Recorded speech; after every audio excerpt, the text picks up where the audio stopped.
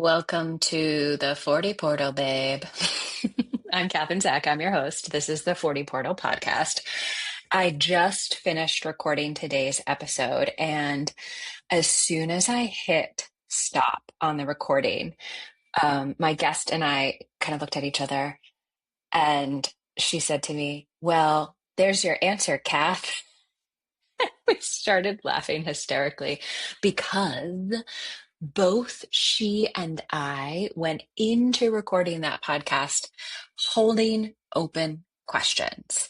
And we talk about Gabby's open question in the podcast, kind of this navigation, this really meaningful navigation of yet another turn of the screw of what is the meaning of my life and my work and my identity, and how do those things intersect, namely after becoming a mother. And so one of the things that we thought we would talk about in the podcast in exploring that topic for her was a topic that we actually didn't spend much time at all talking about in the episode. And so she turned to me at the end and said, "You got your answer." And I said, "I think you did too, because the thing we thought we were going to talk about, we didn't really talk about that much." And then we exploded into laughter, which is such a great reminder that these conversations are not necessarily here to fix things or solve problems or give any of us like a three-part framework for figuring out your midlife crisis. And yet, in the supremely human act of sitting together and having a conversation that comes from a much deeper place than surface level, where the whole point is actually not to get anywhere, but to understand the process of becoming who we are in any given moment. This supremely human endeavor, holding big questions together as we sit with each other, I think that's what this podcast has been about the whole time. And this episode is a gorgeous example of what happens when we allow that connection to be enough, to be the whole point.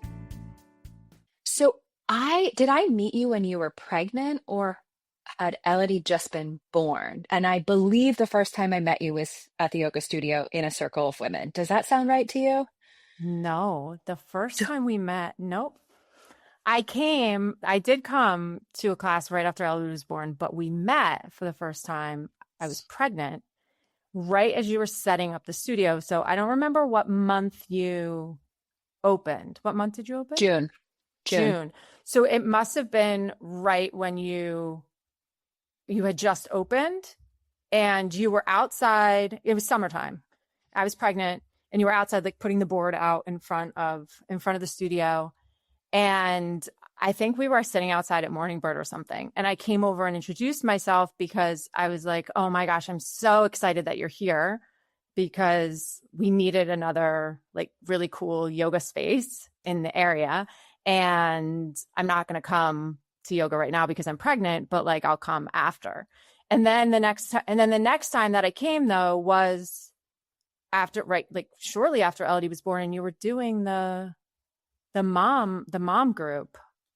And so, yes, that was in a circle of women, but I remember meeting you before because I was very excited when That tracks. I saw you outside. So much about that tracks. That's coming back to me as well. Yes. And the little like sandwich board sign that I had out in front of the studio that I would like put like different messages on and announcements, I went to go pick it up yesterday and it broke. And I was like, "Huh."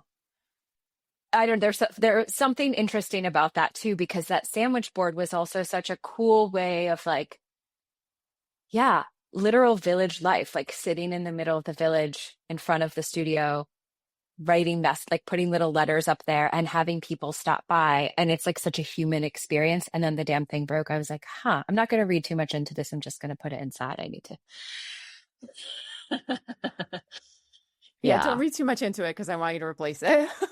It's really nice. It's nice. Just the Kath, it's just the board, not everything has like It's good.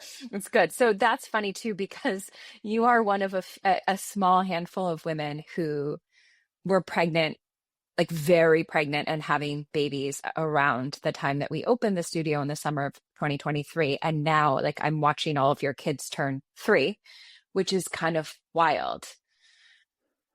Yeah. I How does can't that, even, I yeah, how does can't. that time passage feel for you? Is that It something that feels, you, yeah.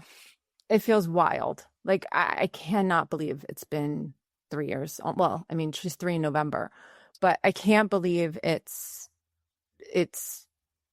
almost 3 years. I mean, it's just gone so quickly. And there's yeah, it's just she's big, she's tall, she's talking up a storm. It's just like what? This is it's just wild. The whole entire thing is just really, really wild. And I al- I concur. And I also think it's interesting to track our own time against like big events like the birth of a child or something like that, and like watching them literally change on the outside and us change maybe just as much but less visibly. oh, I think visibly for me, Kath, I look really tired. You know what? Fair. I get you. That's I'm like, great. oh my, I'm like this little girl, like she has aged me. Um, That's right. but no, I think that I have a tendency to like also like I see, so much has changed in her and she's grown and she's evolved so much. And obviously like I've grown as and changed. Like how can you not, like becoming a mother and all of that, what that brings. But at the same time, I'm also like that person that's like, oh, but there's all these things that I haven't done in the last 3 years because I've been, focused on her and on being a mom. And so it's just, the the achiever part of me is like, oh, like, why haven't you done more? Even though like I've been doing the most important, most wonderful thing. And she's so awesome. And I couldn't be happier with like the little human that she's growing into. So Mhm. Yeah, I think that tension between achievement and like that narrative, and then also, um, it's literally the most productive thing I've done is like make humans, and like birth them, like feed them from my body. And but it's a totally um no like felt tension between those two things. And I feel like in that group of women, that mama group, like that was a real, I feel like we were talking about that a lot. That was coming up. probably, Yeah. yeah, Yeah. it's it's real. It's real. And I think especially, I had Elodie in my 40s. And it's like I had 40 plus years of living in a certain way and you're treating achievement and accomplishment, within a certain box. And then all of a sudden, I'm that shifts and there's this like whole new experience that's coming into all of it. And it's completely different and you have to shift your perspective and it's really, really hard to do. And there are days where like, I'm just like, this is the most beautiful, amazing thing. And I'm so proud of myself for all of it. And then other days where I'm just like, oh gosh, my former self is like aching to do more. So it's yeah, that tension it's real. Do you feel like you're in a different place with it, and like you have been in different places with that tension over the last almost 3 years? Or like has it changed or It's definitely changed. So in the like um when I first so like I stepped out of my like full-time role at my company um right before Elodie was born. And that was a huge decision. I mean, it was like the decision to like first of all walk away from something that I had spent years and like given like blood, sweat, and tears to building at like a really meaningful inflection point, like post Series A. and to be like, well, like I have this other thing that needs me, this other aspiration that needs my energy.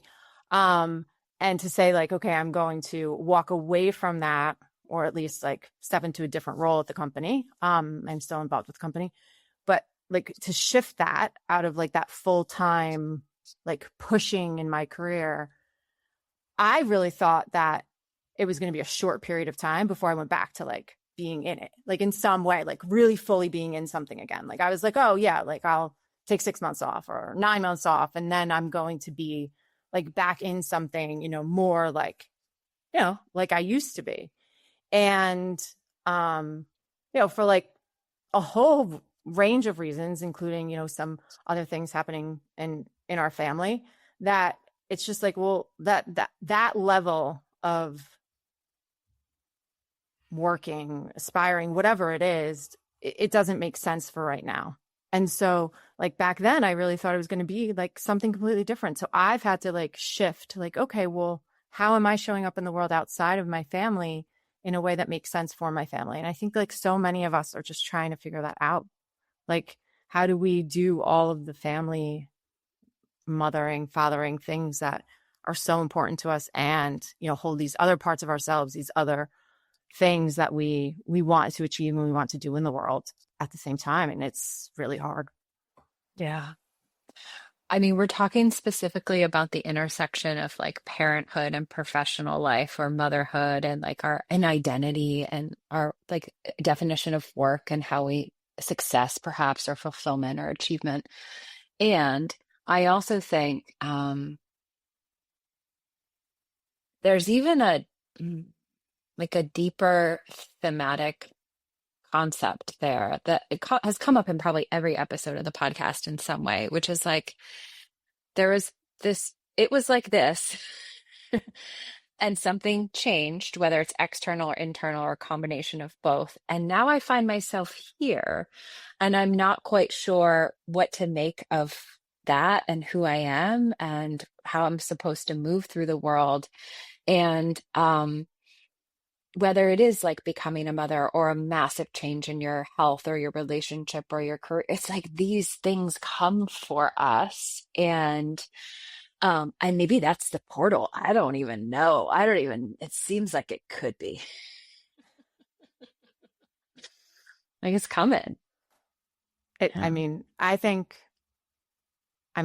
we're living in such a like an interesting time. We've talked about this before, like such an interesting time in the world that I think it's coming for everyone in some way. And it's just like, well, what are we going to do with that? And how are we going to move through it? And it's, yeah. And I think for those of us that have been through these like transitions and shifts before, it's like, okay, like this doesn't feel so uneasy. And I think that, I made a huge decision to like change my career 10 years ago. And that was like, oh, like I talk about 2015, like that was the hardest year of my life. It was just like Mm. so hard because I was going through such a transition.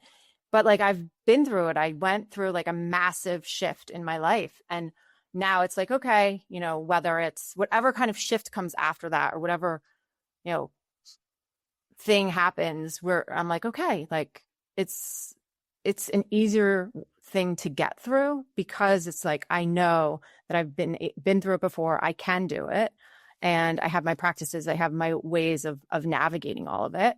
And I think that, yeah, I think a lot of people are experiencing that right now. Whether it's because you're having these like we're in our 40s and that's like a big transitional time, or it's like AI is taking over my job and like I don't know how I'm going to make money going forward, like all these things. And so yeah, it's just like a really, I don't know, it's like a weird time out there. That's how I feel, and that's just like kind of what I'm feeling from everyone at the Hmm. moment. But I also think I needed to hear that reminder. So thank you. Of like, oh yeah, I've done this before. Like I, not this particular. cycle, but Yes, like yes, you have. but like, or even whatever it is, it's like, oh, I know things change. I know I change. I know things end. I know new things begin. But sometimes I needed to like remember that. So thank you. And that's perhaps the wisdom of like being a little bit older, like having these decades behind us of like lived experience. Okay, I'm gonna bring our listeners into who I'm talking to. Can you tell us your name and your pronouns and also go deeper? Is there a story about your name? How does your name feel like in your identity or who you are in the world? Sure.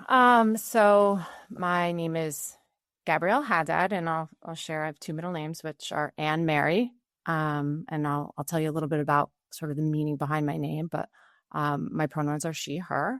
Um, and yeah, I love this question, Kath, because uh, I've always loved my name. Like I like Gabrielle. I absolutely love it. I've been like so happy that my parents named me that. But my name, really, the whole name has like its origins in Christianity, right? So I was raised Catholic. My parents are, very religious, and so Gabrielle is really comes from the archangel Gabriel. And really the name like means like angel of God or woman of God.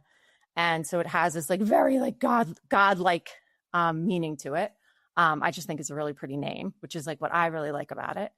But it's also cool because like the angel Gabriel is like sort of known for being like bringing like divine wisdom into the world and like divine messages. So like Gabriel is the one that told the Virgin Mary that she was going to give birth to Jesus.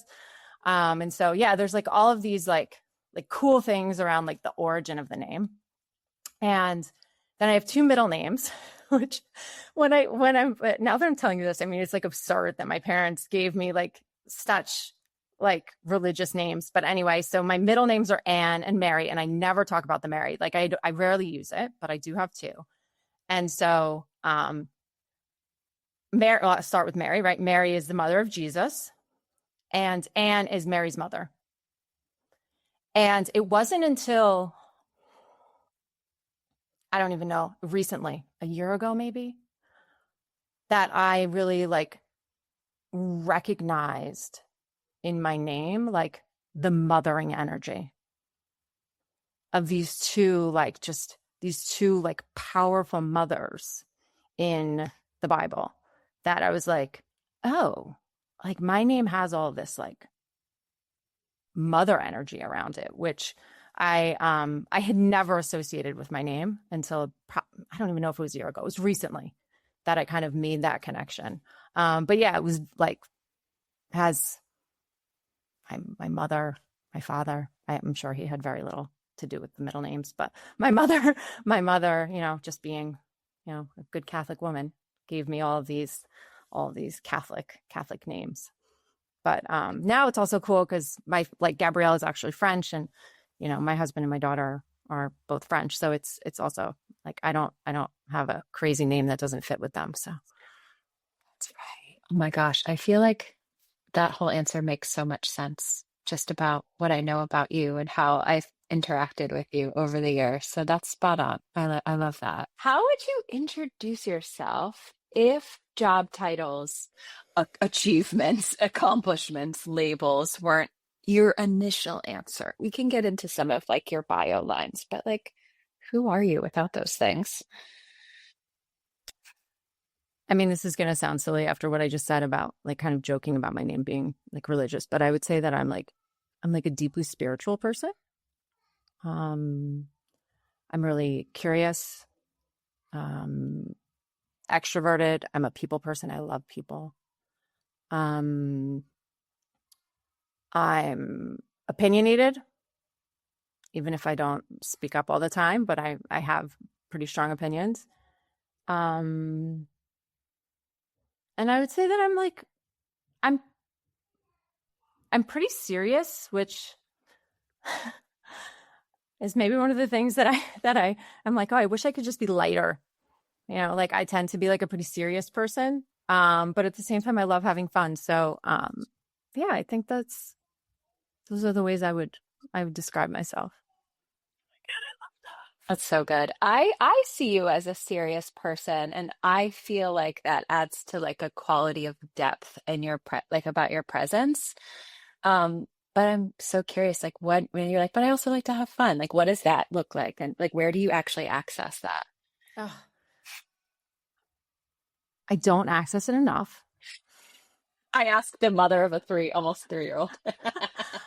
I mean, one of the places that I've always accessed it is like just like in dancing.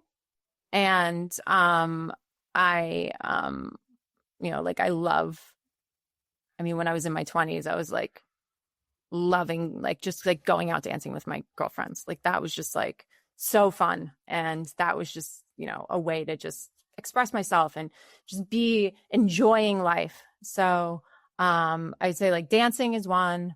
And then like really just like hanging out with friends, like hanging out with people that I just really enjoy being around. So those are kind of the two ways that I would say like I access it right now. But I mean, I live in the woods, so I'm not really going dancing very often, but but I do we like dance around the house sometimes, but That's good. yeah. Yeah. That's good. Okay, so knowing, I feel like I'm sitting inside like a private, ongoing conversation with you, and we've alluded to it about like work and identity and motherhood and the intersection of those things. So, like, when I ask you that question of like, who are you without your roles? You gave a great answer. I see all those threads, but like, do you want to talk about this more in terms of your accomplishments, achievements, or like, I don't know, because I just feel like this is the conversation that we're having. Well, yeah, and I'll share sort of what I've done, which some of, but in terms of work. But I think that yeah, this is the question right now for me, which is like what does the next iteration of my more professional life look like? And it's a question I've been sitting with for a while, and I don't fully have the answer to yet. But just in terms of my background, as you know, I started my career as a lawyer. So and I actually think it's important to kind of share like the arc a little bit. So I was, like law firm, New York City law firm, almost 5 years. I then left and went in-house at a international development organization based in Switzerland. And really that shift, that was like one of like my first kind of, I'm making a shift. And the real reason for that was I was looking for like more meaning in my work. And I was like, I actually loved my work at the law firm for many years. I really loved it. And then it was like, I'm looking to do something more meaningful. Like I want to be like giving something more in the world. And I wanted my work to have more meaning. And so I went and I joined this organization in Switzerland. I spent many years like doing really cool, interesting work, like all over the world. And, at some point I was like, well, that's not it either. That wasn't really like that didn't really feel like the way that I wanted to contribute. And I didn't want to spend my whole life in Switzerland. And I knew that I wanted, other things for my personal life. And it was like, okay, well, it's time to come back to the US. And so I left and I came back. And at the time I really started getting interested in tech. And like, I felt that, 10 years ago, tech was like, this is the way this is going to impact our lives in ways that we like can't even, like foresee. But I was like, well, if you're going to make like some sort of an impact in the world, like you should be working in tech. Like that's where you should work. And so wanted to really like move into tech, but also did not want to be working as a lawyer anymore. Like that was or not like just in a strictly legal role. That was not feeding like any parts of myself that like really needed to be like the people person, like sitting in a room with documents isn't really like my vibe. The extroverted, like wanting to interact with other people. And like, this isn't really for me. And also like, yeah, it didn't really suit me for a lot of reasons. Just being in a strictly legal role. And so I took a year off and went to business school, which I'm not even sure. I don't even know if I've shared that with you before. And then out of business school is where I started my company with a classmate of mine. So we started almost 9 years ago, which is wild. 9 years ago, we started an AI like fintech regtech company, which again, like you like this is late 2017, and like, AI was not something that people were talking about the way that they're talking about it now. But this is sort of more foundational AI, not generative AI in the way that we like think of it today. And like did the whole startup thing, full on for 6 years, building and running the company, until 2023 when I was pregnant and decided that was the time to step away. And so, like I said before, I'm still involved with the company, and I'm on the board, and but I also now I like serve as an advisor and like a fractional executive to early stage companies. So that's what I'm doing now, and as I sit with sort of like this other very important thing in my life being motherhood, and exploring and considering like what is the next like iteration going to look like. Hmm. So many things. I feel like what I heard you saying about maybe the organizing principle around the leap out of law firm life to going in-house was like, I was looking for something more meaningful, is what you said. And I also know you to be in a place of like, things are changing again. I am changing. I have changed. But I also see you from the outside, like still doing like you're in it still. You're in what you had built. It doesn't seem like like a person would look at you and be like, she seems lost, right? Like, and I'm not saying you're lost, but it does not on paper look that way. So I guess a couple of questions are like, is there an organizing concept for this moment of what is a deep internal, like, I am changing? I'm putting those words in your mouth, but is there a theme emerging? So,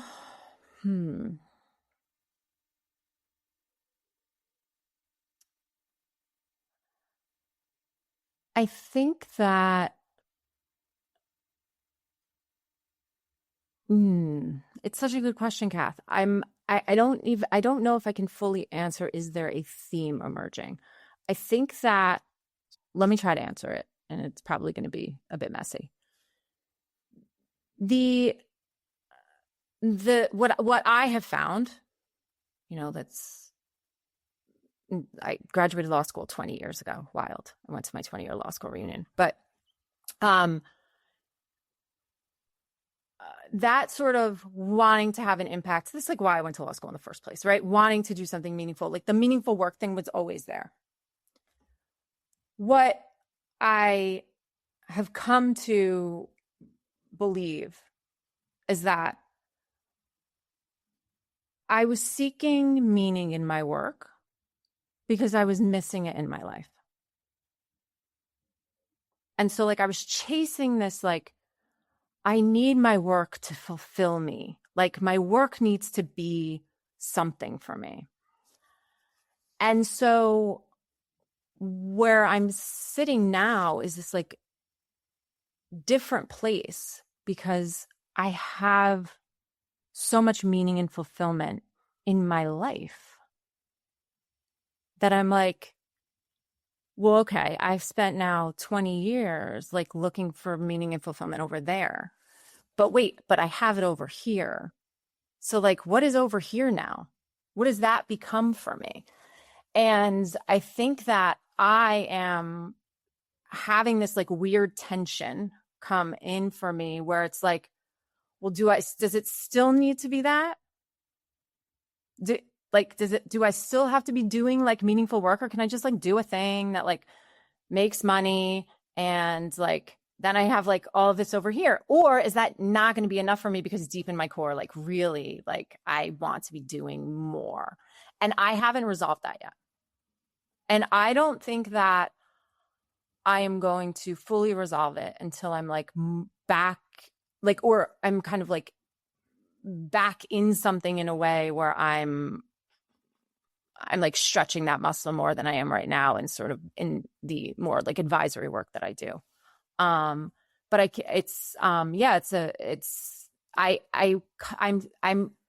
I'm feeling called to do something that has that meaning and that purpose, or like giving in some way, while simultaneously like catching myself being like, is that just a trap?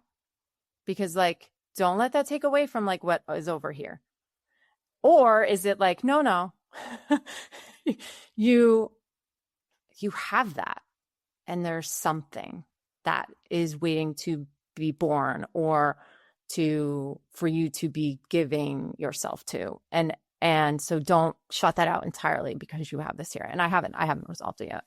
I have no idea if that answers your question. I don't even want to comment on it because I think what you said kind of speaks for itself. Um, there's so many questions that feel really specific to you, but also I think very universal to the woman who's like listening to this conversation right now. So I'm going to let it be because I think she's already found the pieces that are like, uh-huh, yeah, yeah, that's right. That's right. Yeah, it's good. And also this podcast is not about answering, like solving problems, which is such, yeah, right? Wait, what are you feeling? What do you mean? Like, that's what we're supposed to do all day long, Kath. That's like all we do is solve problems. Oh my gosh, I know. And it's like there's a tension there too, right? Yeah. There's a tension there too. Okay, will you tell us how old you are? Even though I love doing age math, so I think I've figured it out. And how old do you feel? Um, I am 44. I feel probably in my heart like 29. Hmm. And in my body probably 44. um, um, yeah. No, I can't believe I'm the age that I am. But yeah, Hmm. it's yeah, I don't feel this age at all. Hmm. So that's a question I have. Like, what is one script, one narrative that you were given about a woman who is 44? Like when you were younger or growing up? And like, is that part of the reason why you don't feel like you're 44? Like, what did you think it was Hmm. going to be like? I think that it kind of goes back to like what we were just saying about like my career. Like I feel like I just thought like a 44-year-old woman like had it all together. Like she had it figured out, right? It's like she's got to figure it out. Like she knows what she's doing, who she is in the world, like how she's showing up every day, who she wants to be. Um, and so I think that that message or that belief it still lives within me. And so it's like, well, I can't be that yet because I haven't figured that out. Um, but at the same time, like that's like very much more of like a bodily sense instead of like a rational mind, which is like, come on, like that's not true. Like we're just constantly evolving and changing, and that's not it.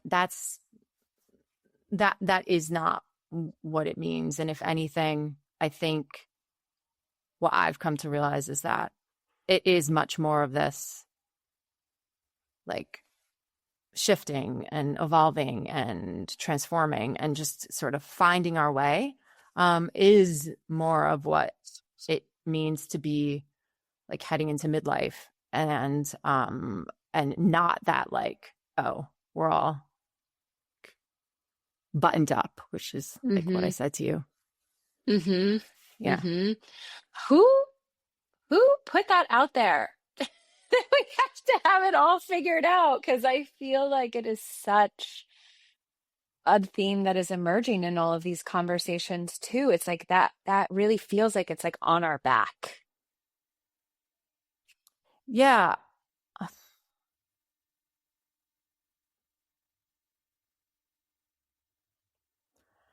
I mean, it's just like our culture. Just, I mean, I really think it's just our culture, like wanting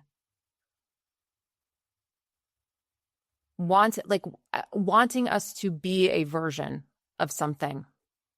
And this notion that a woman can, and a man, but like a woman can be changing and fluid and not have to be the same thing that she was at 25 when she got married and had her first child, like when she's 45 and like maybe is, wanting, like looking for something more, right?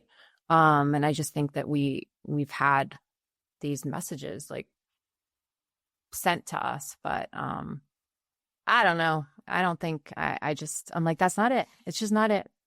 Yeah. It's not it, and you know that, but you forget Yeah. that. Is that? Yeah, yeah, yeah. It's Okay, like cool. it's exactly, I forget it. Or like it's like in me. So I feel, or like, it's like a nervous system thing where like I've been like, and I've also been teaching myself that over the years, right? Like I've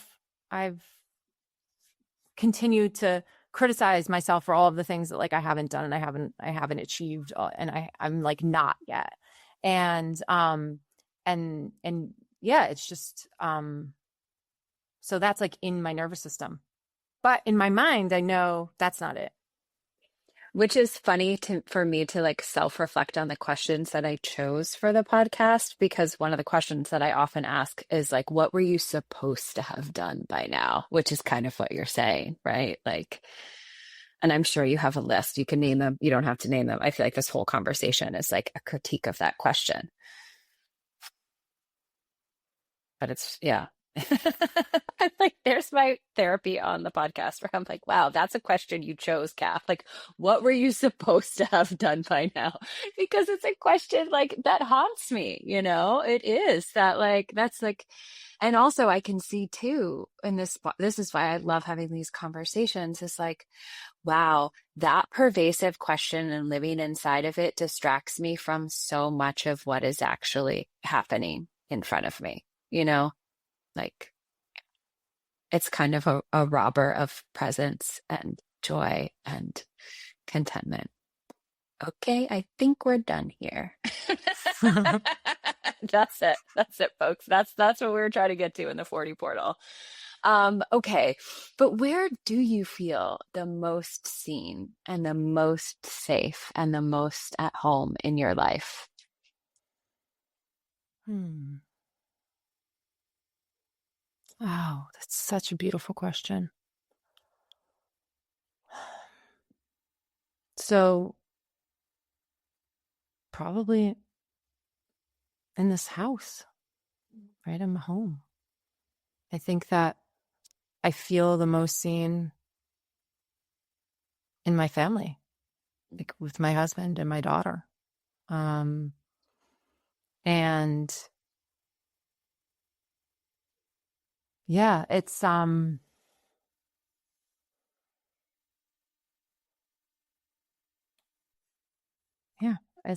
definitely the two of them that I think see me and get me and appreciate me. And she's 3, not even, right? She's 2.5.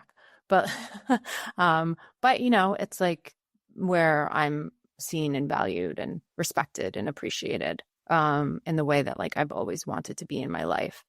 And all of those like external other ways, like you don't get it in the same way as you do. And of course I have like my family and my friends that, you know, I feel the same way about, but like most seen is like um, definitely my family. And like probably beyond that, like, this, probably the safest place for me is like on the yoga mat and when I'm practicing, and that being the place where I am just able to keep coming back to my center and like who I am outside of all of those stories, expectations, like should, supposed to's, whatever. Like that has always been the place for me where, or at least for, the last 15 plus years that I've been practicing, like that has been the place or a place that has always been just a home for me. Teach from that place tonight. Okay. Side note. Inside baseball there. Good. Okay. What what is it that you're learning to care less about as you get older?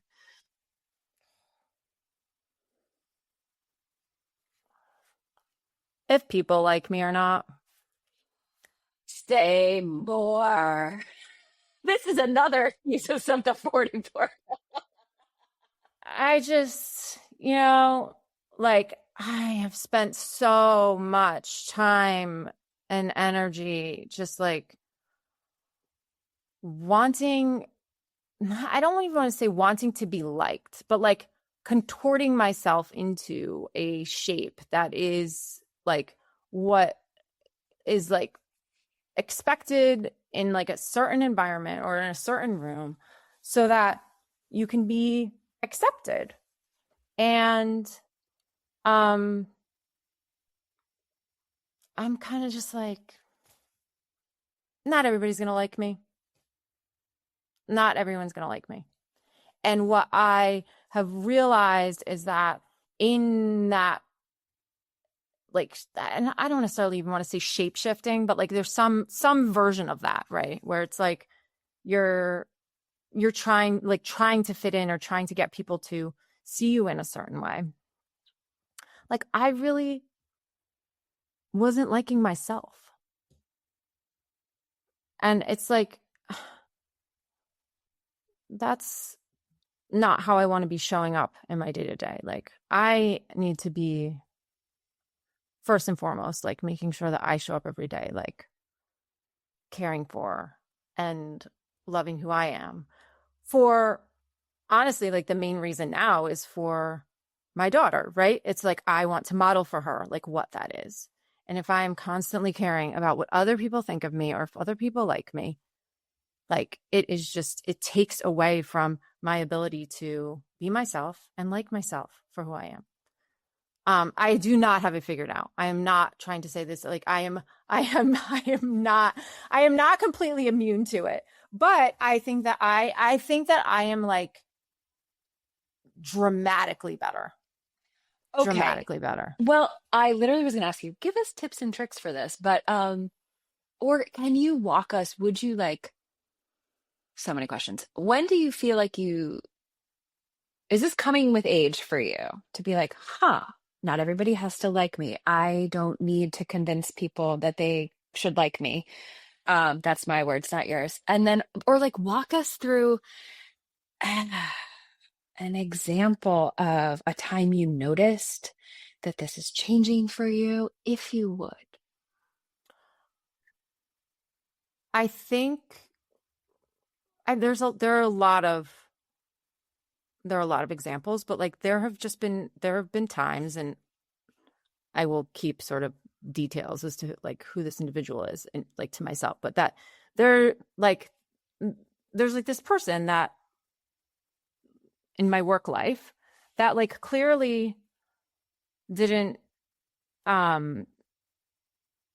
respect me, like clearly just like didn't really value me or really like me. And then like one day I was just like, and not that I was like trying to get this person to change their view of me, because I wasn't. But then one day I was sort of like, well, hold on. I don't really like you.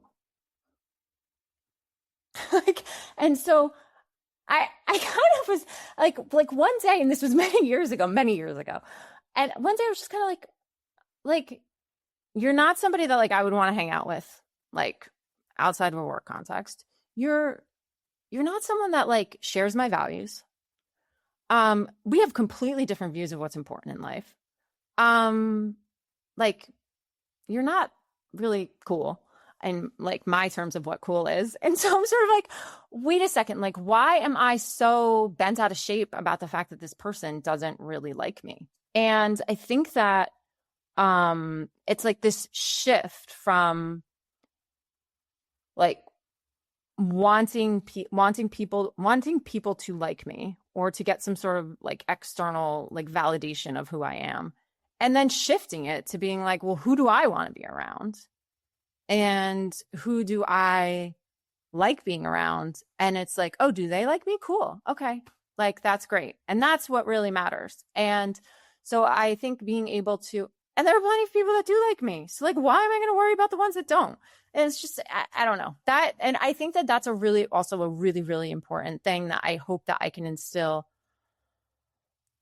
in my daughter, because like truly like like I'm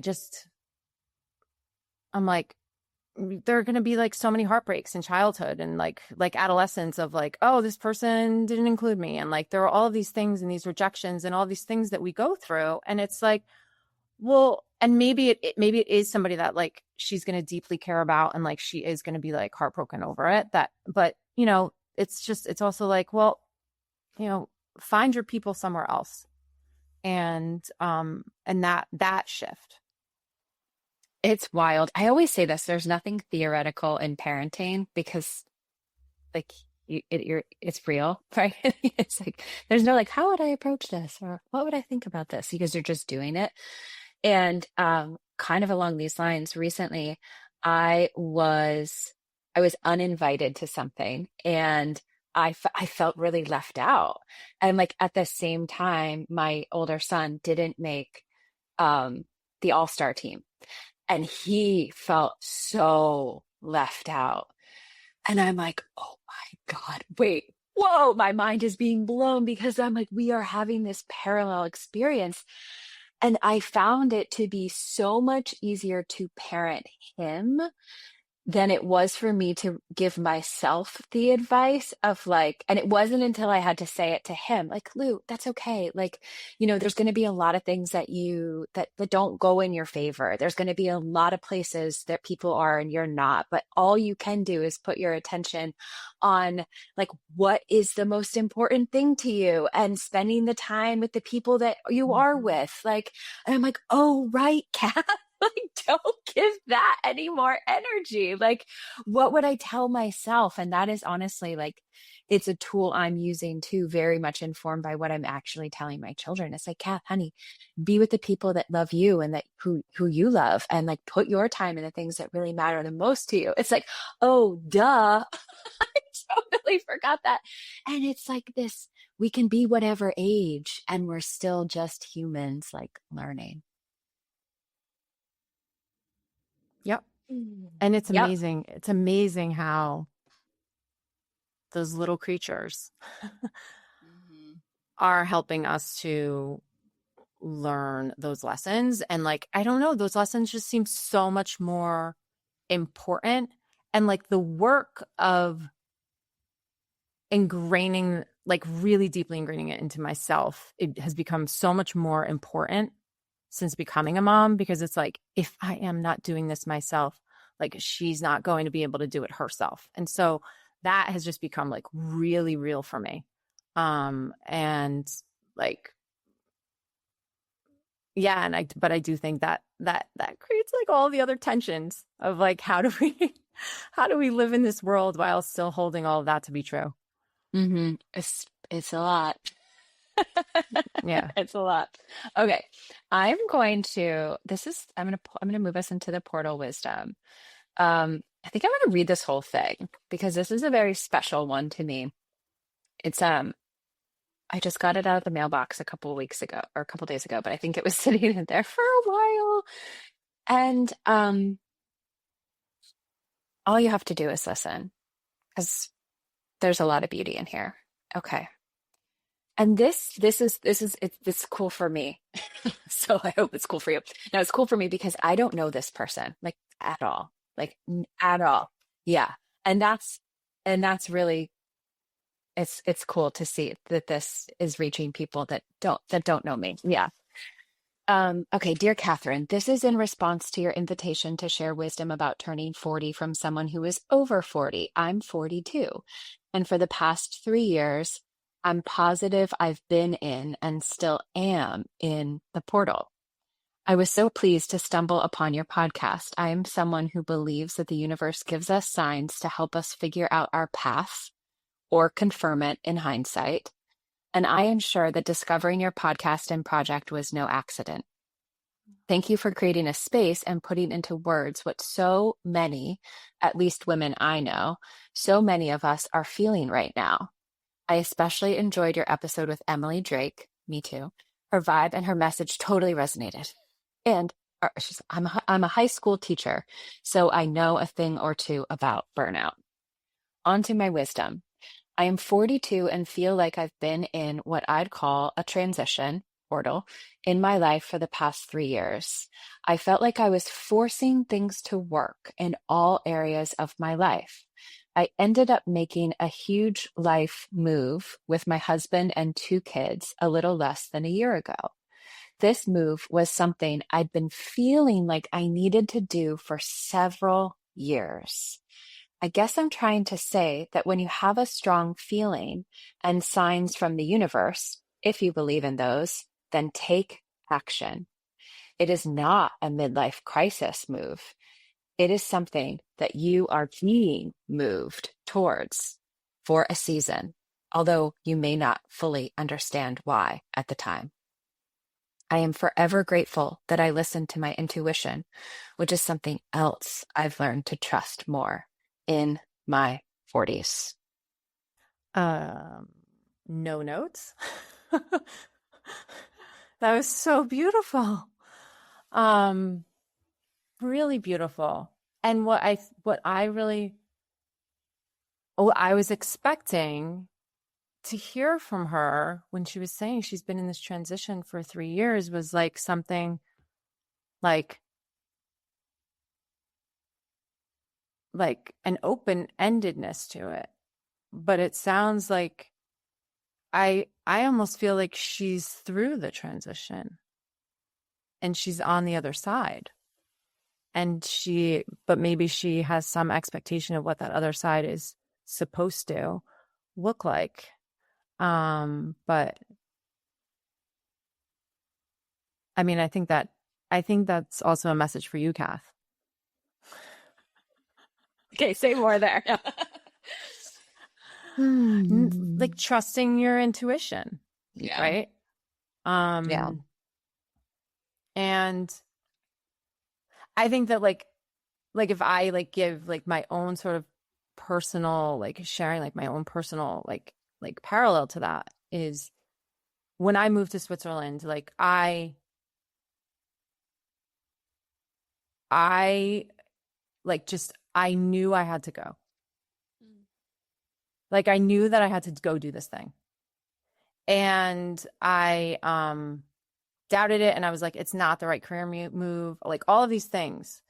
But I was like I knew I had to go. Like I was just like I have to go do this thing.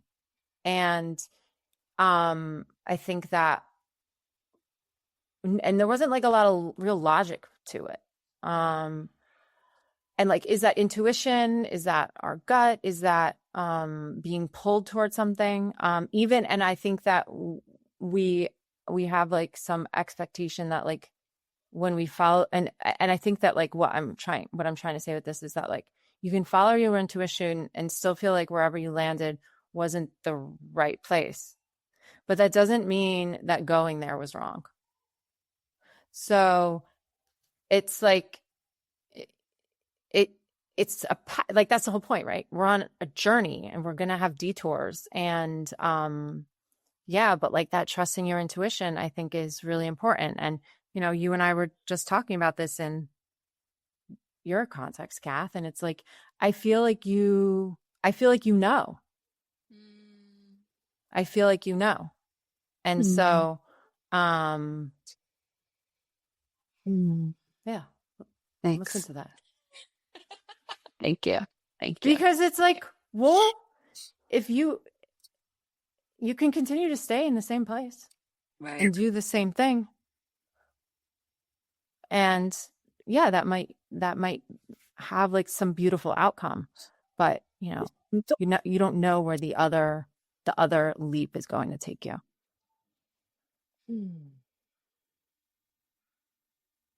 Well, there it is. The quiet light bulbs that actually go off in a conversation that is not about figuring it all out, but maybe just staying curious and open and attentive to what is unfolding, what it is that the inquiry holds for you in any moment. I was so grateful to sit with Gabby and to have her share her story and listen to where she is and the questions that she is holding in her life as she is helping me hold questions in my life too. And I think that's the other thing about the podcast that feels and has felt so meaningful for me all season long is the way that when we do sit together and allow our human connection to be enough, we can become gorgeous mirrors for each other, both to nudge and support each other along in the difficult moments, the ones filled with uncertainty and change, and also to mirror back the special gifts and talents and beautiful things about who each of us is. So thank you, Gabby, for being in that mirroring with me. And I hope that you got to see some of yourself, some glimmers of yourself in this conversation too. Okay, as always, thank you so much for listening. Please, please, please share the podcast with a friend if something in here resonated with you. The more women who are being beautiful mirrors for each other at this moment in time, I think the more beautiful, kind, and creative and attentive and loving this world can become. So thanks for being part of this conversation with me.